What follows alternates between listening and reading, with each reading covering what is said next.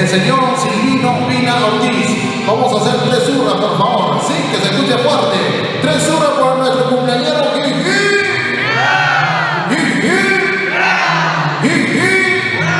Uno más por si acaso. ¿Y dónde están las palmas a ver? Estamos comenzando, señores. Ahora sí, vamos a zapatear. Vamos a bailar.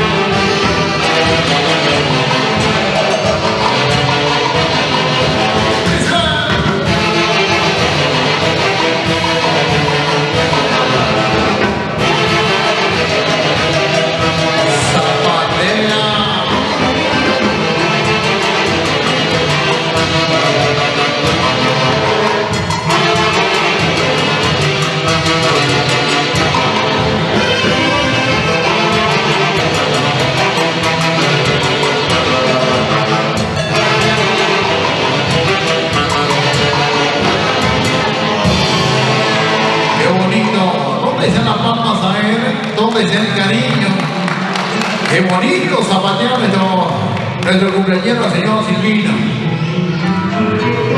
El señor maestro, al medio, nomás tiene que zapatear usted, por favor. Alguien lo saque al medio, por favor. Sí, maestro, al medio, por favor. Sí. Al medio, póngase, maestro. Y ahí van a bailar los invitados, tu comadre, tus hijos, tus nueras. Van a venir al medio a bailar contigo. ¿Sí? Somos la orquesta Superpoderosos del Perú. Pancita Acevedo en la buena dirección. Dice. Qué bonito.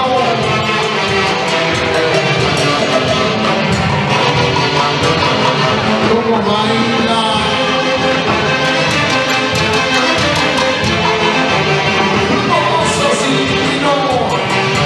¡Feliz cumpleaños, maestro!